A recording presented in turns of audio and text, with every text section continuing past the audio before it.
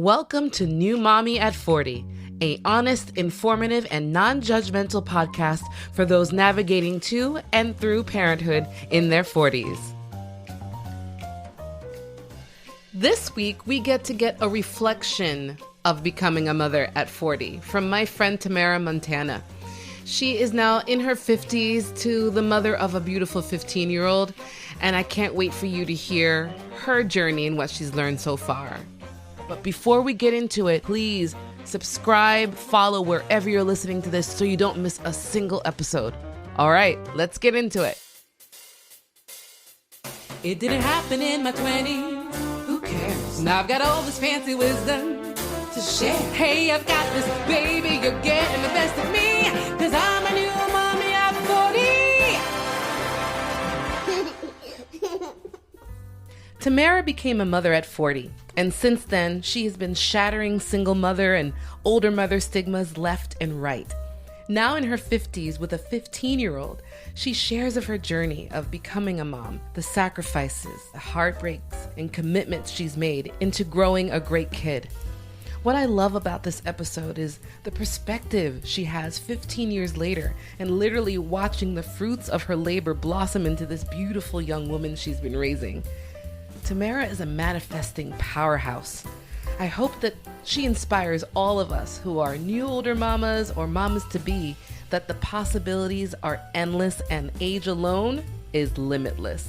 Let's welcome her to the show. Tam, it's so nice to have you. Thank you for coming on. I think it's important we to have an OG mom at 40 here. I'm starting out, and for all of us who are in our 40s, we have, a lot of wisdom I think that Tam can share with us. So like I said in my intro, she is in her 50s with a beautiful daughter who is 15 now. So we know each other from flying when I worked for an airline. When you see her, just gorgeous. And I was just like, oh my gosh, like she's so nice and so welcoming and so warm. And then I remember when you were pregnant and I thought, oh my gosh, like she's going to be glowing. I just couldn't wait to see what the bump was going to be like. You just seemed like you were ready for this. But I remember thinking, wow, she's in her 40s. Could this be my path as well? And you were in a relationship at the time, right? Yeah, I was. And by the way, thank you for inviting me. I feel so honored. And I'm so proud of you. Like, this is such an awesome thing you're doing. So I appreciate the invite. I really was just like, me? I'm not in my 40s. I'm 55. No, but it's totally my pleasure. When I think about someone who is doing it and who I got to see, I think probably part of why I also wasn't fearful, even though I know we talk about a lot on this show about the things that can go wrong. It's just because most of my audience are trying to conceive or not sure if they can and just got into relationships and hoping that they will. So I tend to talk about the things that could go wrong. But when I think about you, I think of all the things that can go just right. So that's why I wanted for you to share. It's, kind of a reflection of your motherhood journey in your 40s. Yeah. So let's do the unpopular question. So Tam, why'd you wait so long? What happened? Well, it's funny. I've always wanted to have kids, and I always imagined, like when I was younger, I'm like, I'm going to have 6 kids. I want 3 boys, 3 girls. Then it was like, I want 4 boys, 2 girls. I want 5 boys, 1 girl. And then I'm like, I'll be happy with 2 or 3. And now I have 1, and that journey in and of itself, I think when you're younger, especially, I've just gone for, and I've achieved, and I've had to do that at a really young age. So I've been on my own really since I was 15.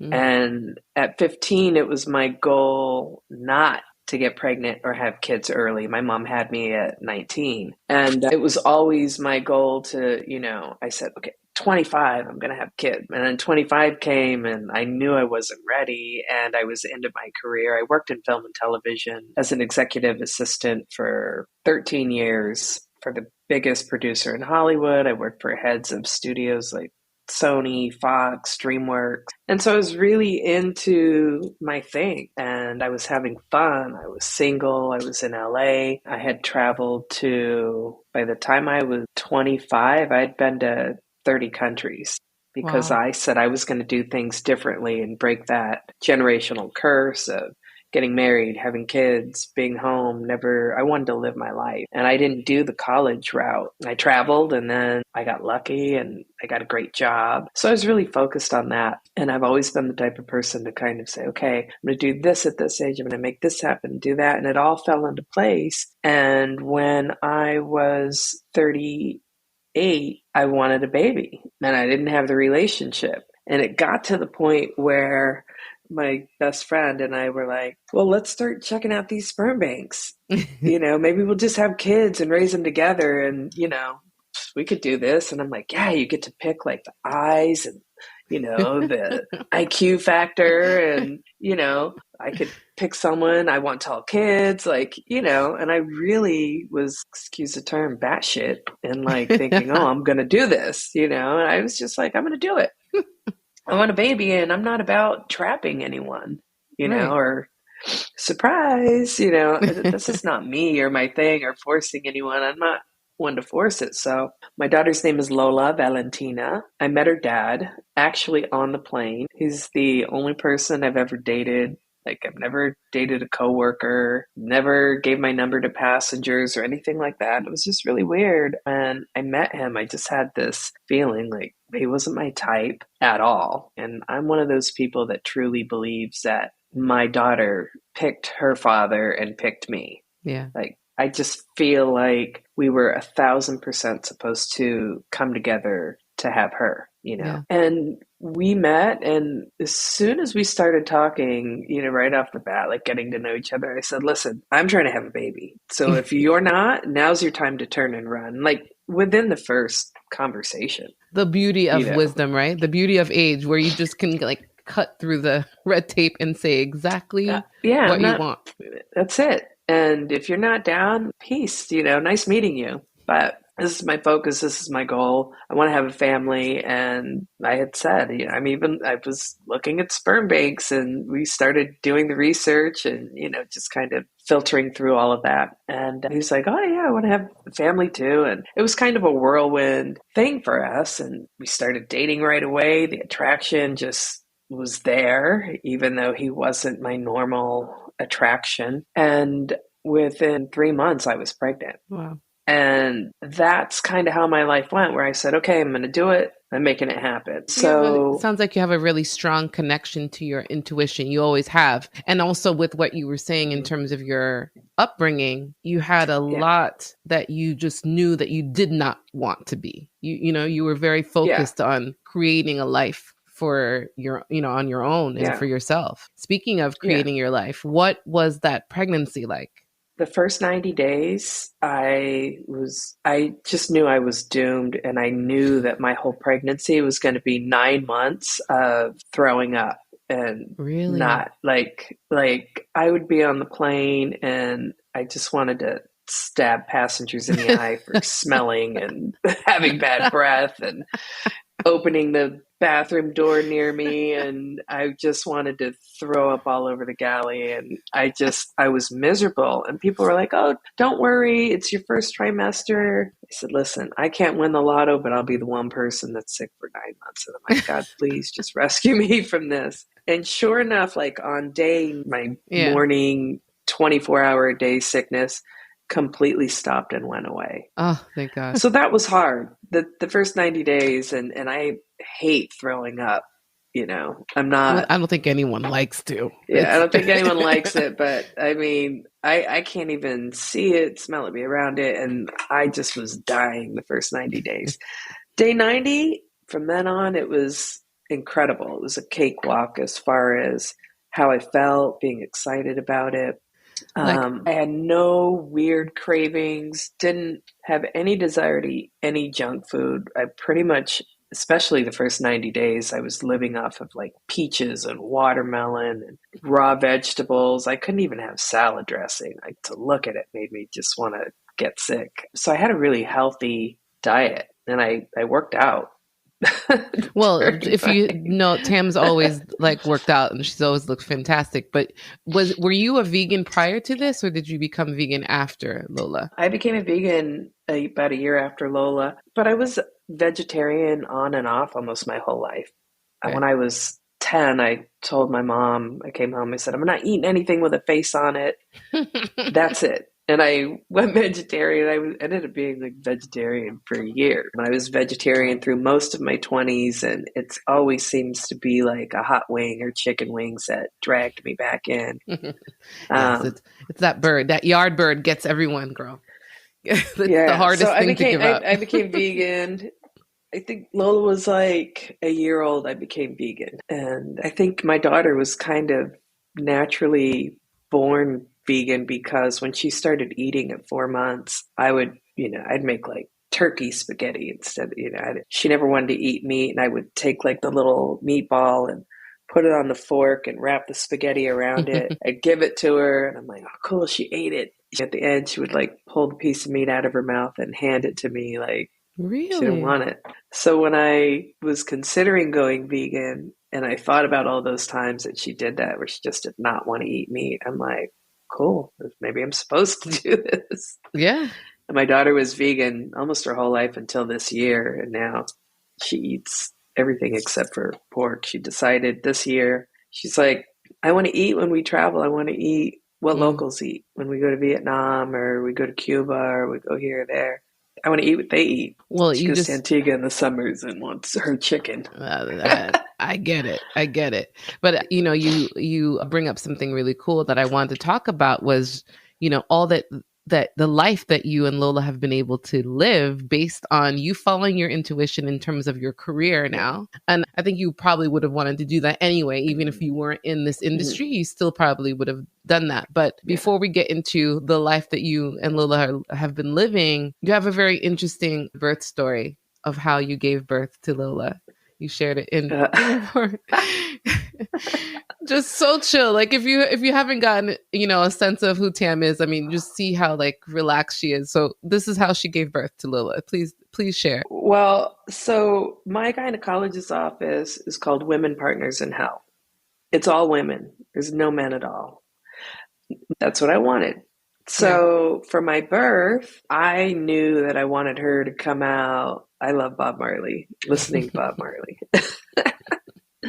And while I was pregnant, I would have like the Bose speakers and I would play Bob Marley and classical music on my belly. It's supposed to help their cognitive thinking. They're supposed to recognize these things, from the Hmm. womb and your voice. So we're in the delivery room, get there early, get the epidural. Supposed to have 7 hours to finish dilating, and I'm high as hell off of it.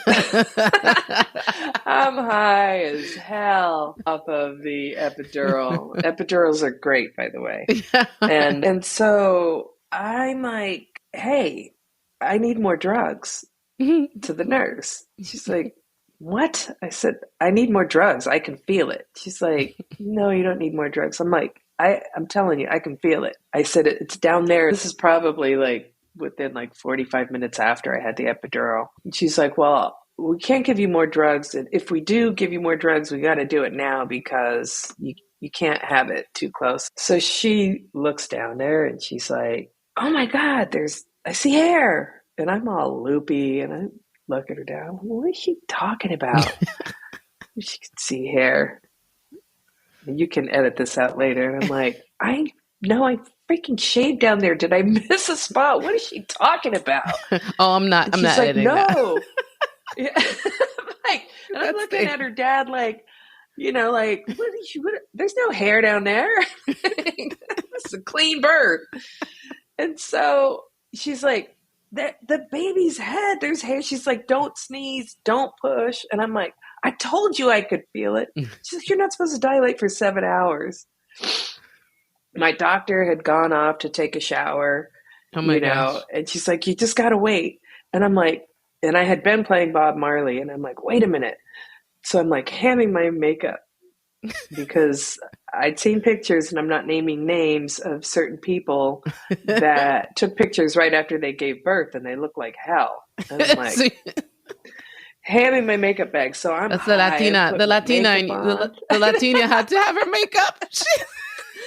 I'm like, I gotta look good for pictures afterwards because she looked like crap. The dad looks all happy and good, and the mom looks like somebody beat the hell out of her. And so he's taking pictures of me. I'm putting my makeup on. And I had this group of friends. It was about 15 lesbians that showed up at 5 o'clock in the morning. And they were my friends from my neighborhood. So I just had this awesome community of all these women.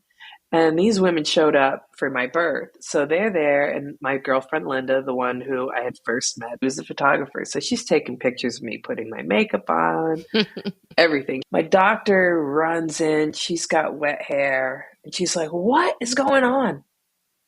I'm taking a shower. Like, what's happening? She's like, you're having the baby. Oh my God. She's freaking out. She's got a picture of the doctor running in with like her hands open, like, what the hell?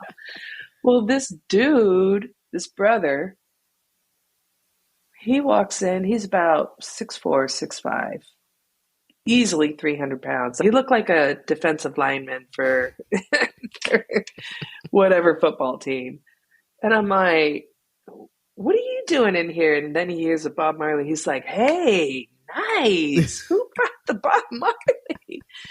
And my doctor's like, I forgot to tell you, he helps deliver all the babies. Oh, no So way. he was the only guy. And I'm like, and he's cute. Are you kidding me? I'm like, do you have to be at that end? Like, Right. what are you doing here? So this handsome 6'5", dark chocolate, lineman looking man comes in and is dancing to Bob Marley. And I'm like, wait, change the song. It's got to be this song. Lola's dad changes the song. He's secretly videotaping my birth because nowadays they don't let you videotape. Yeah. I look over and I look at him. I'm like, you're fucking videotaping this? And he's like, yeah, 2 thumbs up. Shh, don't tell.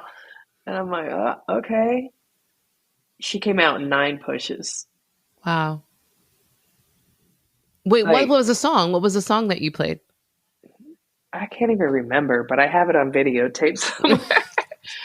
That's okay. We're over it 40. was, This is why this is what no, happens. yeah, I can't remember. I'm 55 now. You hit 50, you don't remember anything, but I have it. She came out in 9 pushes. It was like the Wow. easiest thing ever. I didn't tear and sat up in bed after. I've got pictures of her, and even me, I'm like, I need to frame that. I look great. I looked hot. My hair was on point. My makeup was good. Barely had a little bump down there. That's You know, awesome. it was a great experience. My pregnancy was a great experience. I felt like I really bonded with her. I had a dream. I think I was like 3 or 4 months pregnant. And this makes me so emotional. I feel like I'm going to cry, but I had a dream. As soon as I got pregnant, I knew in my soul, in my spirit, in every fiber in me, I knew I was having a girl. People would say, oh, no, I think you're having a boy. You're having a boy. I'm like, it's a girl. And I went through a lot in her pregnancy. I had a false positive test where they thought she was going to have Down syndrome. I had to get the whole Pulp Fiction stab you in the belly with this big Yeah. old Yeah. needle, whatever that is, to the amnio thing. Yeah. But I had a dream that I was sitting on my sofa and I saw my daughter, and she was like maybe 14 months old, like she wasn't quite 2. And she just hugged me and kissed me on my face. Mm. And it was so amazing. And it was like, and it was her. It was Lola. Wow. And I just remember, like, you know, when she did get to that age and she would like kiss me like that, like, you know how your baby does, like hugs you and just kiss me and put her face on mine. It was her. And that's how she kissed me in my dream. And I knew I was having a girl. And I knew I was supposed to name her. I wasn't getting stuck with some crappy name that her dad made up. You know, he was coming up with these terrible old lady names, you know. And I followed my gut and I went with it. But, you know, I had some scares. You know, I got a false positive. I'm on the plane. My doctor calls me. They said her nuchal fold looked fine. You know, like you have to get these checks when I was 39 when I was pregnant. Yeah. So you went through that, right? Yeah. Anytime that you're in that stage, because they feel that you're high risk, they Yeah. really, the appointments start getting a little bit more frequent towards the end, Yeah. Yeah. I think we go in a little bit more than our younger counterparts. So there's a Yeah. lot of time to get a little anxious as to what you're going to hear, Yeah. Yeah. So I did the test and they call me and they're like, you got a positive. Your protein is high. And I'm like, well, all right, what does that mean? And they said, well, that's normally an indicator that your baby would have Down syndrome. And it just walloped me. I was on the plane, like doing a turn in between, like getting passengers off and cleaning the plane, waiting for new passengers to come on. And I got that call. And I'm just like, welcome on board. Yeah. What can I get you? You know, having to deal with that. And I call her dad, and we went from a whirlwind romance and getting pregnant, meeting the family, doing all of that, to all of a sudden he had a change of heart. I think actually getting pregnant freaked him out, and Oh, is that dealing what with like happened? girl, it was. He's lucky he got me when I was pregnant because I didn't used to be very nice. It went from we planned this, we did it, to now all of a sudden, oh, I've had a change of heart. I think I'm gonna go be with my ex-girlfriend. You Oh. know, and dealing with that throughout my entire pregnancy I was gonna say, when did that and happen? after. When did that news get delivered? Around how far along were you? That it was the day I found out I was pregnant. No Yeah, way, Tam. That early? yeah, it was terrible. Yeah, and I got a call from her Oh, saying, "Oh, are you seeing my fiance?" I'm like, "You're what?" what? And I'm like, "Wait a minute, I didn't sign up for this." Look, if I wanted to be with some dude who had somebody else, I could have done that. I told you I worked in film and television. I was vice president of a sports division. I could have done it with Anyone? Really, you had something your that was a pick. lot more worth it financially Yeah, than, but you wouldn't have had Lola. struggling over here at this dude. Yeah, I Yeah. wouldn't have had Lola, and that wasn't the life that I knew I wanted. So yeah, I Wow. got on the happiest day of my life, I got the worst news of my life. And I'm like, all right, God, like, it's never easy for me. I'm always having to make it happen and pull myself up and be independent. And okay, screw it. I'm doing this with or without. I don't care. I'm a mom. And then I got the news that they thought she would have Down syndrome. And I was terrified to get what's it called? The amnio? I don't even Yeah, remember what you that's mean the called. And I long lost my needle? mind. Yeah, Yeah.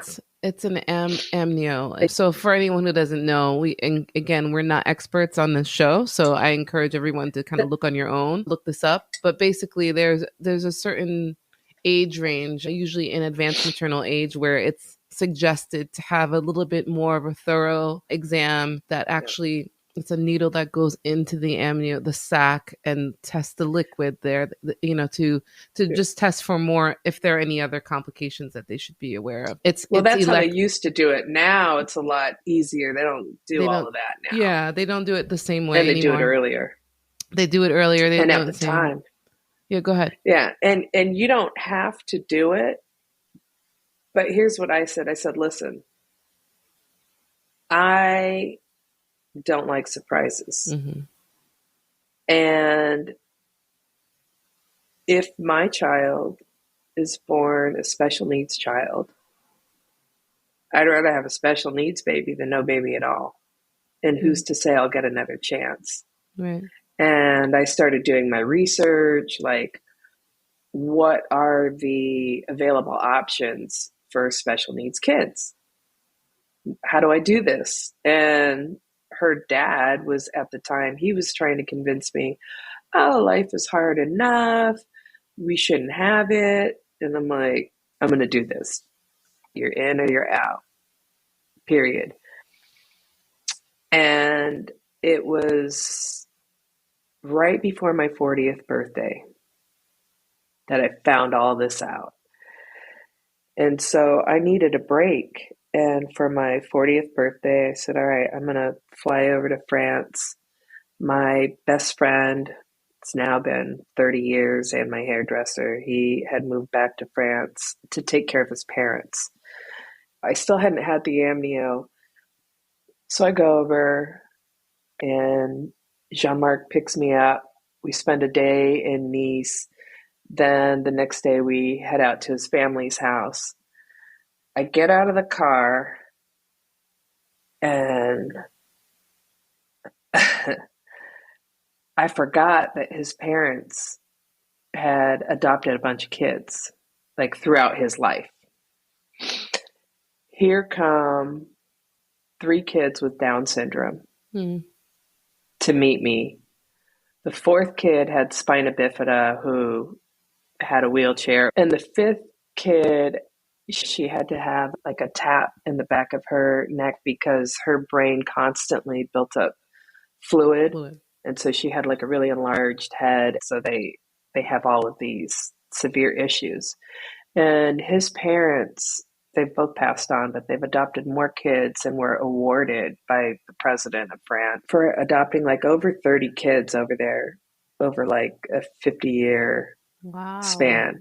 Wow. And have raised these kids. These kids need like catheters changed daily and teaching them to do independent living. But when I came out of the car, and I had no idea, nothing. And Jean-Marc didn't say anything, like, and that's their normal life. And these 5 kids are so excited to see me. I just started crying, and I'm like, okay, God, I get it. I mean, and they've been doing it for 40 years. So I'm like, if they can do this with 5, I can do it with 1. And I love these kids. Like, they're a blessing. And I'm just going to take it head on. Whatever happens, happens. I'm going for it. And as it turns out, she's not special needs. She didn't have Down syndrome. Yeah, I was gonna say she's special, but not Yeah, in that sense at not in all. that way. And she has turned out Yeah. to be what most would call in health way average normal kid, but she is extremely special in her, I feel like, in her ability to learn. She's such a life student, and I get that from you. Like, tell us about her languages. Tell us about your Lola Valentina. Okay. Well, one of my best friends was a professional athlete, and his wife had a baby, and she was like 2 at the time. And she said that she was putting her daughter in French school. And I'm like, French school? And she's like, yeah. And they just speak French. And I said, but you don't speak French. Yeah, but I'm going to take French class. And it's easy because they learn English anyway. So I'm like, oh my God, that's amazing. And at that time, I was like 26, 27. So I was nowhere near having a baby. But I said, when I have a family, I'm doing that. And so I never had anything coming up. My family was poor. Like, we had nothing. I was a kid that had all of the no name brand anything. We were poor. At one point, we even got groceries from the church. Like, we didn't have money, and we grew up in the hood. And so I would pick up on all these different things that my friends would do or had access to. And I'm like, I want that. That's going to be my kid, you know? and I traveled. So I really wanted, and I hated that, I'm Latina, but Spanish isn't my first language. We didn't speak Spanish at home. So I wanted that for my 6 kids that I was going to have. Right. And as soon as I got pregnant with Lola, I started researching bilingual schools. And then I started seeing bilingual and trilingual schools. And I found this one school where they learn French, Spanish, and English. And so I started calling them when I'm pregnant because I'm thinking it's like LA, you got to get on a 2-3 year waiting list. And they're laughing at me. They're like, well, you got to have a kid first. And then they have to be 3 years old. They've got to be potty trained.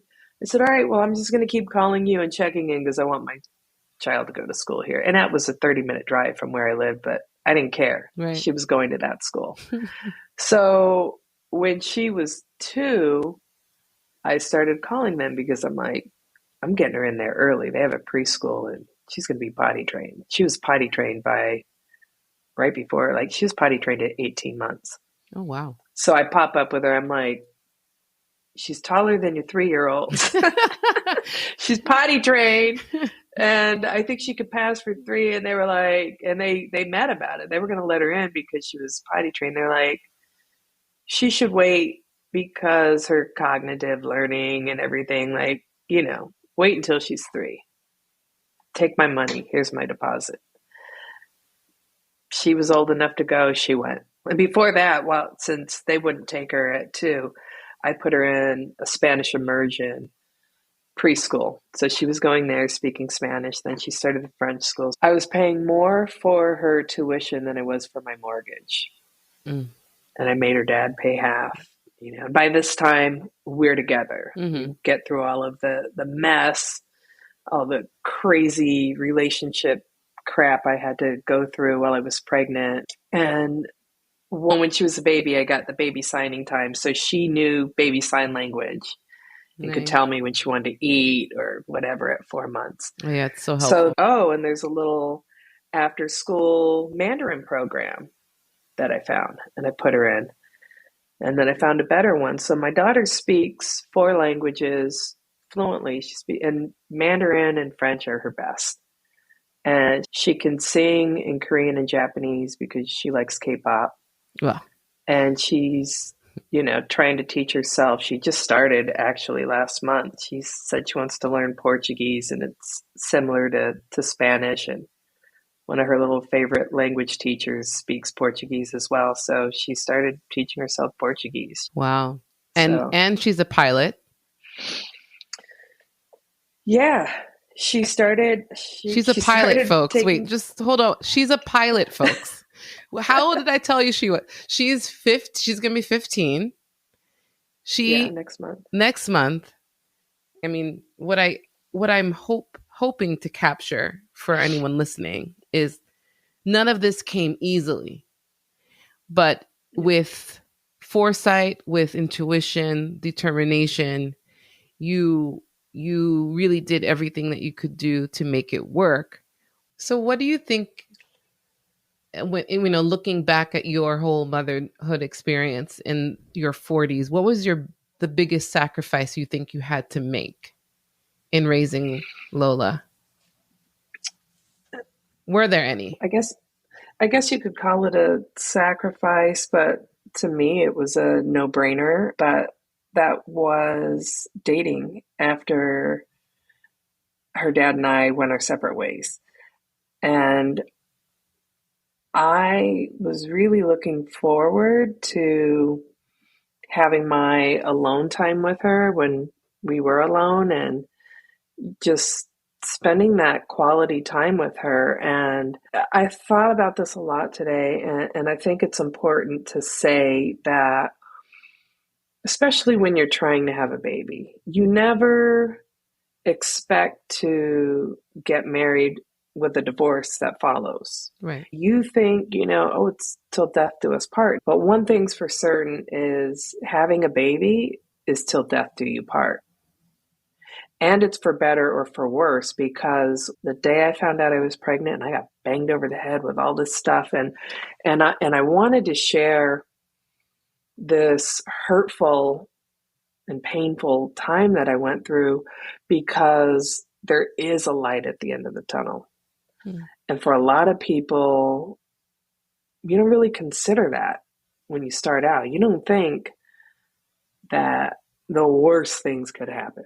Oh no. And then when they do, what do you do? How do you handle it? Like, who do you talk to? Are they going to show up for you in your downtime, your hardest time, like they did at your wedding reception or at Mm. your baby shower? You know what I mean? Mm-hmm. And I just really feel like, looking back in hindsight now as a 55-year-old woman who thought, I'm going to have a baby at 40. And, when I went through what I was going through with her dad, I really hit some dark moments. And one particular time, it was so dark, I didn't think I was going to make it. And a lot of women go through that, like just in postpartum, where it's like, how can I get out of this? How can I make this? How can I see light at the end of the tunnel? Or how can I survive? And I've got this little baby, or this young child, and it's War of the Roses over here, and still keep a smile on my face and not continue the generational curse that I went through with my own parents. I was always going to put her first. And that's hard because I know I have a big ego, and I really, really, I tried my best, and I know I did my best. And even when I felt like this person's trying to destroy me. So my sacrifice was that I wanted to really be selfish with my time with her. And I was happy doing that. I'm not the type of woman to where I was like, oh, I got to find her a dad. She had a dad. Right. And despite our differences, he's a good dad. Despite the fact that, I felt like he was trying to take my kid away, and the whole battle, the court battle and the money and the control, as low and dark as it got, the sacrifice that I made was that I need to survive. I got to keep my head above water, and I got to keep a smile on my face, and I have to maintain my integrity, because she's not going to forget this. She's not going to forget how it made her feel. And I didn't want my kid to feel like, oh, all my friends around me have mom and dad. She didn't know what divorce meant. Right. She came home a few years later at like 8 or 9 and was like, what does you're divorced mean? Wow. And you guys And I'm divorced like, when she was 4, right? yeah, and we were actually never married, but Okay. the state of Texas is like, consider you common law and all of this. And you would think with the court battle we went through, it was worse than a divorce. We didn't have to go through any of it. I was like, you can see her 365, 24/7. If you're married and have kids, if I'm married and have kids, you got a partner, I got a partner. If I'm on the ski slopes in Switzerland for Christmas, come on, you can come. You can see her whenever you want. But it was just, it was ego. Yeah. And I'm not a quitter, I'm a fighter. And I felt like I was going to fight for her rights and really fight to make sure that her father was still the best father he could be to her. So I said, you know what? I just didn't want to date. And I had a really strong community of my female friends who we all kind of seemed to be going through similar things at the same time and had kids. And we would get together once or twice a week. And we did some really cool things with our kids. And it was just a great community. I call them my sister wives of women that like we really supported each other and were great friends. So at one point, my daughter was like, you need a boyfriend, mommy. And I'm like, what? She goes, yeah, daddy has a girlfriend. Like, you never go anywhere. Why don't you get a boyfriend or date? I'm like, okay. So I tried the online dating thing, went on a couple dates, and I'm like, I could be home with my kid, like watching a movie, baking, doing fun things. Like, I just I wasn't into it. I would rather spend time with my daughter and have fun being with her. Do you think that age comes a part of that in terms of, do you Yeah, think I you would have mean, made those same decisions at 20, 30 I even? think age and experience made a big difference. Like, I've lived a really full, rich, and colorful life. And it didn't have anything to do with menopause or, oh, I have no sex drive or whatever. I mean, I got it, but I felt like I'm good. I had enough sex. I'm cool. I don't need it right now. I don't need someone to step in and, like, I freaking built a tiny house in my backyard. I did that with my deck guy. Like, I'm always the one putting stuff together and planning and doing. I felt really good about where I was in my life. And she doesn't need a dad. She's got one. So I didn't feel like, oh, I got to get a boyfriend and one up him because he got a girlfriend right away. I didn't care. And I didn't cry. I was good. And I remember at one time when it was getting kind of ugly with him and I and our whole court thing. And she was 4.5. And he'd done something really made me mad. And I was always thought I was really good at keeping that from her and not doing that in front of her. I'm putting her to bed and I go to give her a kiss and she grabs my face, with her hand around my chin and she's like, Mama? I said, yeah. And she goes, pats my face. I think you can be a little bit nicer to Poppy. Mm. And I was like, ugh. And I'm like, what? Like, kidding me? And I'm thinking to myself, he's a freaking asshole. Like, nicer to him. I want to murder this guy. And I'm being really nice because I didn't murder him. I'm being really, really nice. And then I just kind of looked and she was like, don't worry. I said the same to him and I told him first. He could be a Oh, lot nicer to you. And I'm like, you're right. We could be nicer to each other. Thank you. wow. The wisdom of that little Yeah. one. She's always been very Yeah. wise. Yeah. And we taught her to have boundaries and to feel comfortable in saying what's on her heart or her mind, or if she needs privacy or whatever. Like, we gave that to her and she gave it back to us when Wow. we needed it. And the other thing I wanted to say, about it being hard, where you hear how hard it is being a single mom, the hard parts are when you don't have someone that you can rely on, and especially in my job, as you know, like being a flight attendant, I would have to leave. So we got to a point where he would have her while I was gone, but there were times where I didn't have someone and I needed someone living in my house Hmm. to just manage it while I was gone. And and I was fortunate that I was able to have a family member come from out of state because I'm like in a state in the middle of the country with no family or nothing. And there are difficult times, but for the most part, it's not hard. If that's really what you wanted in your heart is to have a baby because that's what you wanted to have, it's not hard, it's a joy. And there might be certain obstacles and trials to figure out and overcome. But like I said, having the baby, that the till death do us part.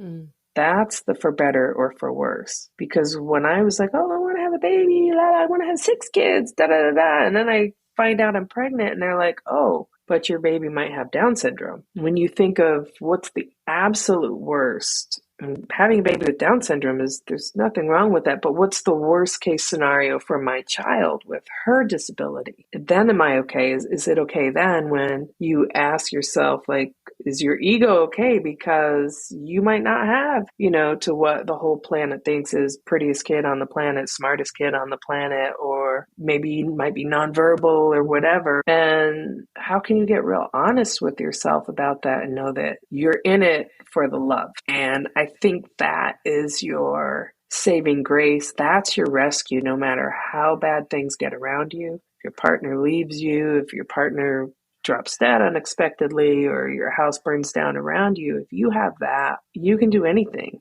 Your happiness and your path is a choice. You can make it happen. I know if I could make it through, I went through some crazy things and I never imagined that I would be able to forgive her father and truly forgive him. And I really prayed and I meditated. I did a lot of work so that I wanted us to be great parenting partners. And after we went through all this horrible stuff, we're really good friends now. So that's the other thing, is for people who might be going through a divorce, the day you find out you're pregnant, you find he's cheating on you, he doesn't want to be involved, I had a change of heart, I'm living in New York, I'm not coming to be with you in Texas, or whatever, as bad as it can be, that I believe in miracles and I believe in setting intention, and I believe that you have the power to change your circumstance. You can kind of sit in your shit and be like,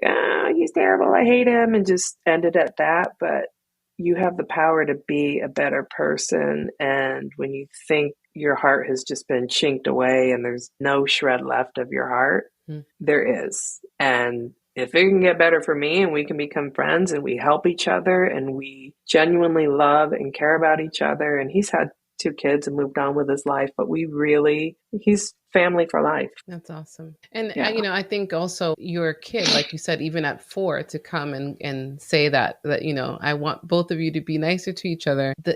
Sometimes the children, the love for them is 1. And then 2, all that you've put into them to be just human beings, at some point, there's a place where you see all that both of you have put into this child and you can't deny the other. You know what I'm saying? I'm sure she's and your kid knows you. Yeah. And they feel your energy. Yeah. Even though they're only here for 4 years, they know you. Yeah. You can't fake it.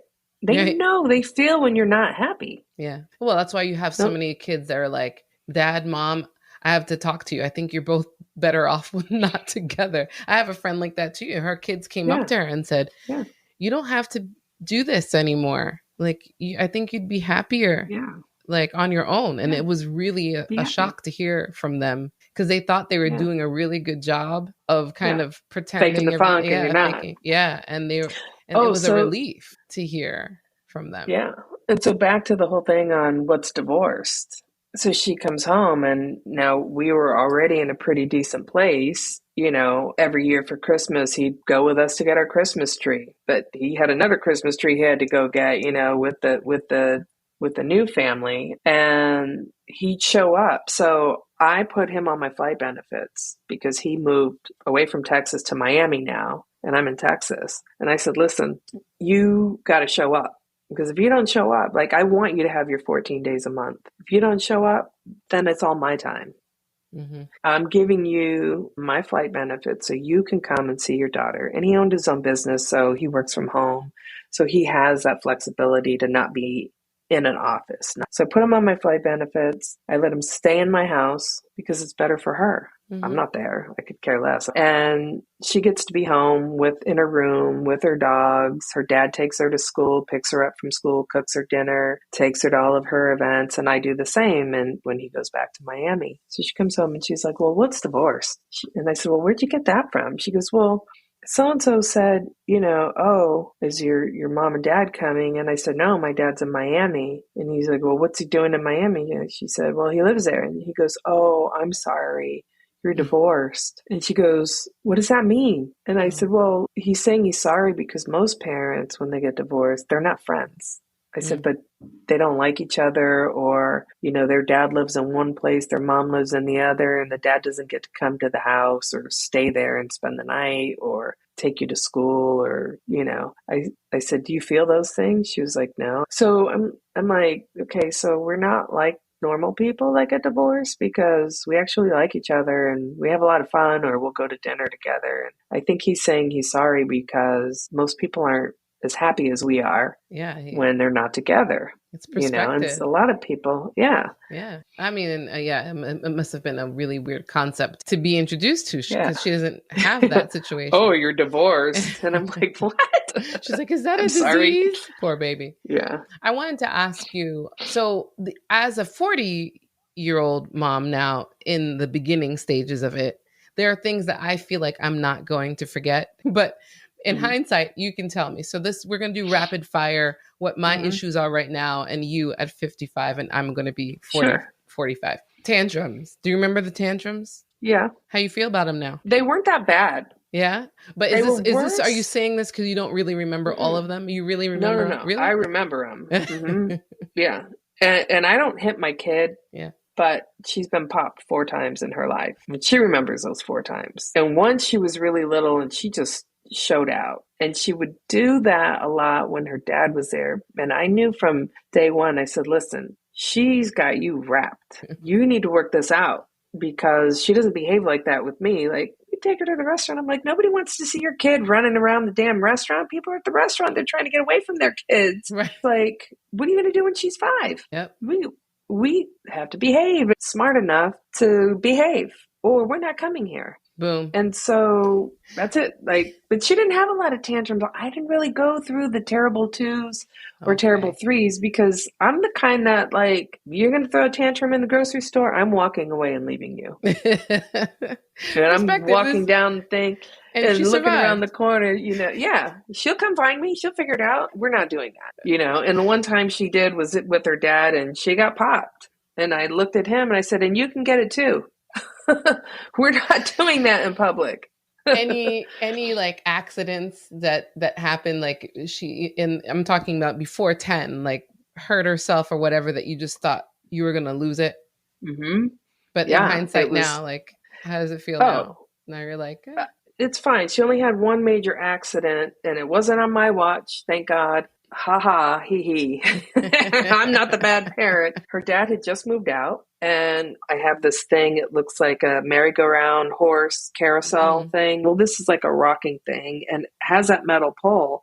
Well, when he moved, somebody unscrewed the top part of the pole and didn't tighten it back. So she's at his house and the babysitter was there. She's in the other room. He's in his office, like, not paying attention. And she got on it. I guess she rocked 2 or 3 times. That top bolt metal piece wasn't screwed. And she went back. It came out. And she flipped over backwards. She hit her head on an art easel. And she got 8 staples in the back of her head. Oh, my God. While I'm at work. Oh my God. That's my biggest fear. I have to tell you, it's things like that. Like, yeah, it's like she's got a scar this big on the back of her head. It's about 1/4 of an inch wide and easily 1 inch long. 8 full staples in her head. Yeah. It's those things that make me nervous. And then, my husband's so calm and cool about injuries, but I'm like, I gave birth to her and she was perfect. And now it's like, I see all these little scars that I'm like, maybe when she's 10, 15, I won't notice as much, but it's things like that, like when you're first time mom, when, you think, I'll be able to handle. So it's nice to hear from the OG to say, she's okay. God. But I wanted to ask you in closing, what serves as your biggest inspiration when raising this global citizen and responsible, loving human being that you've raised? What's your inspiration? Or who? She's my inspiration. Like, I can't believe she puts up with my madness and I've been able to push it and take it this far. I mean, people ask me, I'm going to say it like this because this is how I feel when they ask me stupid shit all the time. Like, when, okay, my daughter speaks 4 languages. Oh, how did she do that? How did she just know she wanted? I'm like, what do you mean? How did she do that? It's her mother. She didn't know. I made her do it. Right. She thought it was normal. No, I started something and I didn't quit. And that's key. Because a lot of people are like, oh, I want to do this. Oh, ballet, I want to do that. And it's not the kids that can't do it. It's the parents that don't keep the commitment to keep it up and keep it going. She asked me when she was little, Mommy, when can I quit Kung Fu? I said, when you're a black belt, 3rd degree. She's like, okay. And we've just always gone. And there's been times where I've been overdrawn in my bank account. There's been times when I've been behind, or there's been times where I just didn't feel like doing it, where she didn't want to do it. And I'm like, we're not quitting. We set the goal. Didn't spend all this money paying for your French school that was more than my mortgage for you to quit now and forget and be like, oh yeah, I used to speak Spanish, French, English, and Mandarin when I was a kid, and now I don't know anything. No, honey, when you're 18, then you can quit. But by then, it's so ingrained in you, you're good. Mm-hmm. Don't quit. Whatever it is you see or you want, don't quit.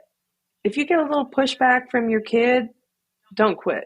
If your kid really hates it and your kid's just not an athlete and you're sticking him in Pop Warner football and he's getting, his head knocked around, but he really wants to be in ballet, okay, then don't quit ballet. But whatever you do, don't quit. I'm a freaking flight attendant. I didn't do any of these things. I don't speak 4 languages. I'm not a black belt in Kung Fu. But you know one. I didn't start traveling till I was 19. Yeah. I started traveling when I was adult, 19, and I've been to 55 countries now. But I've been to 38 of them with her. Wow. So she's been to 38 countries already at this point in her life. Yeah, wow. Some of them several times. Like France, a bunch. Like some of them we go to. Thailand and Vietnam we go to a lot. But we try to go to one new country every year. And when we're there, we always find a place to volunteer. We always bring stuff to donate. To homeless kids on the street, or to a school, or to an orphanage, or we volunteered at an elephant sanctuary, stuff like that. We always try and give because, like I said earlier, I'm trying to raise a kind human being. So we're not just traveling for fun. We're going to do something. We're going to work when we go somewhere too. And now it's a well-oiled, well-working machine. And, now we're dealing with teenage stuff, but she's on the honor roll. She just flew her first solo flight on Sunday. That's amazing. Yeah. So fingers crossed, and she's making smart, mature decisions now. You've done it. You've done it, Mama. You're an amazing mama. Thank you. And like I said, she's got a good dad. Yes. Not to say without dad, but it's both of you. That's what I think helps foster the relationship that you have. Mm-hmm. Yeah. Is that, and he shows up. Yeah, he shows up. The commitment. You've made a commitment to your child. Yeah. That's beautiful. Yeah. Thank you, Tamara, for sharing your heart, your journey, everything that you've gone through. We celebrate you, and we are so happy to hear your perspective. And there you have it, a perspective from someone who's already done it. And I love all that they've been able to do together, and I feel like they have way more adventures ahead of them. Please follow us, subscribe at New Mommy at 40 on Instagram, and join us next week for another great episode. Take care of yourselves and each other. Bye.